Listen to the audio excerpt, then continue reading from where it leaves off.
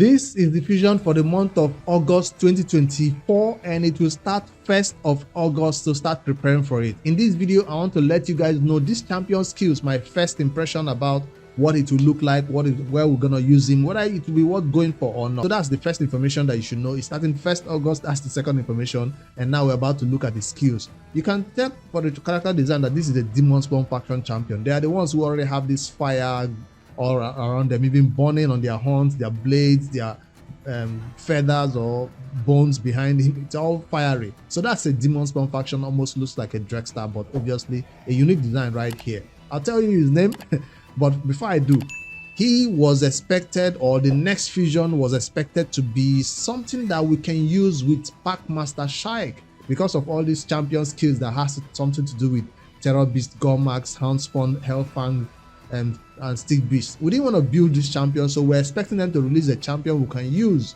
with Shaik in the legendary category that pairs with him. So let's find out if this champion will be that one, or this is a totally different champion that is totally on its own. As usual, in the month of August, we'll not just bring one legendary, it will bring one legendary fusion and maybe one or two others that will just add to the game. So let's still see what this might be to mean to us that are playing the game. All right, so that's the champion's design. We've already seen it. Like I said, it's from the Demon Spawn faction. No big news about that. So let me show you his character avatar. When you find it in game, that's how it's gonna look. It's not yet in game. Like I said, it's gonna start on 1st August, so you can start saving resources for that. Or let's see his skills and see whether it's even worth saving resources for.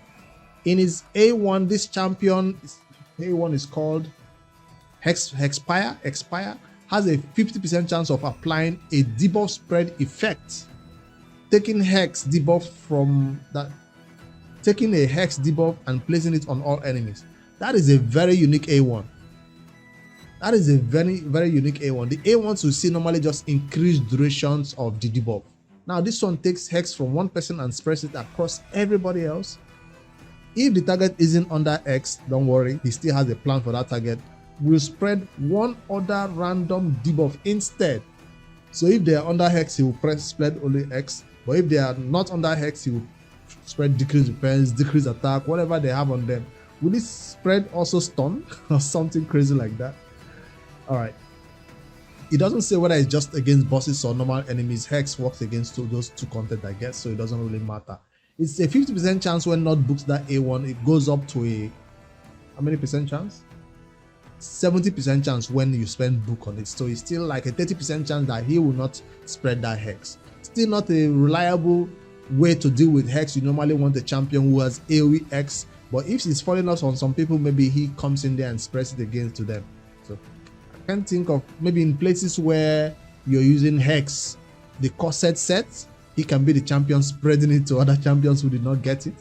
I don't know. But that's a very, very unique A1 that we've never seen in Raid. A champion who takes hex and spread to everybody else, or spreads other debuff. Just one debuff though, not like 2 or 3. All right, so that's a useful A1 for sure.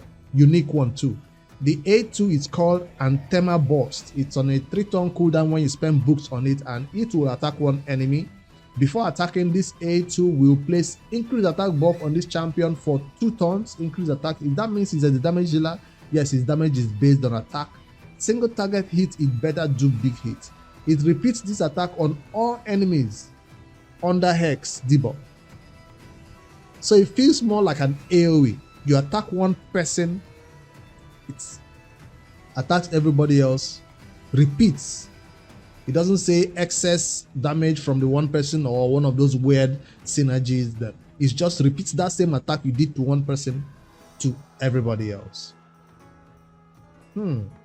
Why not just make this skill an AoE skill? That makes it now a little bit.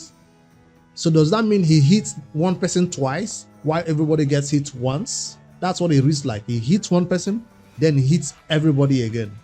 So maybe the person you really want to kill real bad gets the double hit, while everybody else gets the single AoE hits if they are under hex. That's a very conditional damage dealing champion right here. That means this takes this champion out of the arena. Right off the bat, you don't want this in an arena because you hardly place hex on all the enemies in the arena. This doesn't feel like an arena champion. Feels like it's more tailored towards Hydra, because that's where we need hex the most. Hex, the biggest place you need Hex is the Hydra. It doesn't say whether it places Hex though. Let's read on. This attack will ignore shield buff. The Hydra doesn't have shields. Against targets under Hex. Still conditional. So they are trying to make this fragment champion not so broken, not so good by placing these conditions of Hex. So that's the only content I feel like is going to be useful for now. Is there any other content that Hex is super good for? I don't know. The Spider hard mode where we put Hex right here and do more damage maybe. Infernal Malediction is the A3. On a 4-turn cooldown, when you spend books on it, it becomes a 3-turn cooldown. This is the AoE skill that you're looking for. Before attacking, this skill will place the Hex debuff on all enemies for 2 turns Hex. So that's a useful skill. So the A2 kind of threw you off, but the A3 is what you want to start the battle with because this is the main damage dealing ability that will place the Hex before doing damage, right? The damage inflicted by this skill increases by 20% for each Hex debuff placed. A damage dealer who needs accuracy to place Hex is not that good, but there are some content where you don't mind putting all that accuracy on a damage dealer like that to make them hit harder, because we're talking about 300, 400 accuracy for endgame content of the Hydra, right? Then where do you get crit damage and attack to boost up? So it's going to be hard to build this champion with high accuracy, not so slow speed, but enough damage to take advantage of this Hex and full damage it does. Heals this champion by 20% of their max HP for each Hex debuff resisted or blocked. So he's going to get some healing on himself. But remember, he's not going to be like damage not based on HP, so you're not expecting to do big crazy numbers. Your attack will be much higher than your requirement for HP on this champion. So despite that skill being his main damage dealing ability, it does not ignore any damage. Instead, it increases his damage by 20% if the enemies have Hex on them. Conditional damage improvement. So right off the bat, his A1 was impressive. His A2 was meh. His A3 was the main damage dealing ability. So we have to see the multipliers to find out whether this will be more useful or not. Normally you want a champion who places Hex and then your main damage dealing champion, right? Now he comes with the Hex and the damage at the same time. So this is quite unique. A damage dealer who brings his own Hex. There are other champions who do such a thing in raid. There's one champion, I have 2 copies of him. I think it was a fusion, who also has his own Hex and his own damage too. So it's not like the only first champion that can do Hex and damage at the same time. No, there are others in raid, right? Let's see what this passive is all about, called Halfspawn. I'm blocking it, right? But I'll read it. Fills this champion turn meter by 10% when attacking targets without Hex. So you get some turn meter fill. This is just Hydra champion, right? Will ignore 15% of a target's defense when they are under Hex debuff. That passive has no cooldown, so that's an additional 50% target's defense ignore. Added to the 20% damage is increasing when using this A3 also. It might be a good damage dealing champion. It might be. From what I'm seeing, it seems like he's going to be doing a lot of damage if his multipliers make sense. So this is a very straightforward champion. He's not complicated at all. He just needs his accuracy and his damage and all that. So he's just a simple champion. So it feels like if you already have other damage dealers who are doing better than this champion, you might not need it. Remember, he's from the Demon Spawn faction. If for my Noob to Pro, my beginner account that I'm trying to get Lydia by beating all the faction wars, this faction is not one that is so difficult that I want this champion for. So right off the bat, the Noob to Pro will skip this champion because he's from the Demon Spawn faction, and that's a faction that I've already taken down with Drexstar or all the champions I have right here.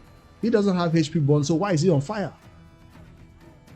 I guess that's just his character design. I thought champions in raid who are usually on fire have HP burn. His weapon, everything is on fire. Is that a Hex? I don't know. So that's Skorid the Halfspawn. Impressive A1, not so impressive A2, impressive A3, and definitely impressive and passive right here. Let me know in the comments what you think about this champion's skills based on his first impression that you've seen about him. Are you gonna go for it because it feels like this is the champion you can do without if you're just trying to do faction wars? This is a champion you can do without if you already have a champion like, let me quickly go there and show you the champion that I was talking about that feels like similar to him. if I can find him in my champions. Similar, not the same, obviously, but similar. There is it. Ruel the Huntsmaster. That's what I was thinking of when I thought about hex and damage dealing right here. Attacks all enemies. Places an extra hit on enemies under hex debuff. But does it place the hex? Yes. Will ignore 25% of each target's defense if there are 4 or more enemies under hex. 25% ignore defense is higher than what this champion is bringing. He increases accuracy, then places the hex. Also places perfect. So it feels like this champion is a way better version of this new guy that is coming in. I know obviously not all champions will be the same in raid, but I feel like if I already have Ruel the Huntsmaster doing hex and damage, increasing his own accuracy so I don't have to build him with 400 accuracy, I feel like this is a better version of that dude. Just comparing them based on their similar skills of hex and damage, and their damage being based on attack. And Ruel also has this passive where he decreases the speed of enemies under hex. He also increases the damage enemies under hex receive. Also increase the damage enemies under hex debuff received by 10%, and it decreases the value of the heals by 30%. So he feels like a better version of this new dude that is coming up. I'm not trying to judge him too early, but I just wanted to check it out that this champion is gonna be for end game players. I mean, it's not yet bad, it's not all crazy good either. It's just like mid level for me. That's what I'm thinking right now, because I have a similar champion who does similar things right now. So will I go for this champion? On my main account, I play Pokemon where I go for everything and I catch everything. So obviously, yes. So quite unfortunate it wasn't the Shayak counterpart we were all expecting, but not to fret, there might be other champions launching with this guy come that first week of August. Let's see if they'll launch other champions like the Shayak representative or the Shayak champion counterparts we're all expecting that would also do harms. Unfortunately, it's not this one though. We're all looking forward to it so it can make Shayak more useful, so we don't regret why we went for Shayak. All right, that's all I have for you guys today. Just that fusion info coming up 1st of August. Let me know in the comments if you think this champion, based on his initial skills, is totally going to be worth going for, or you feel like this is another skip. A lot of people skipped Shayak, a lot of people skipped the previous fusion, and this one is also looking like a skip. Because like I said, don't worry, it's not every month that they should give us a fusion that is worth going for. It's not every month that they should give us a fusion that is worth draining all your shards for, right? Sometimes I like when they give fusions like this where you can easily look at the champion skills and say, nope, I don't need it. I have other alternative champions that are better than him. So I'll wait till the other content creators who have access to the test server do some champion builds and champion guides and show us first battle, real damage tests, real battle tests, and see what they will say about him, whether they will rate him highly or rate him poorly. And finally, when he launches in the game, you can now decide on your final opinion about it. For me, I will go for every fusion, even if they're just going to be fragments that I'll pick up to get me some points during some champion chase or something. That's why I'll go for it. So now that you know this information, you can decide this Friday, Saturday, and Sunday whether you want to pull your void shards for the ongoing 2x void, or you want to save it for the upcoming fusion in the month of August, which will require you to do a summon rush and a champion chase. That's the info. I look forward to your feedback below. I'm going for it for my main account and skipping it on the Noob to Pro because that Demon Spawn faction is already taken care of. Let me know in the comments what you think about this champion coming 1st of August. Later, guys.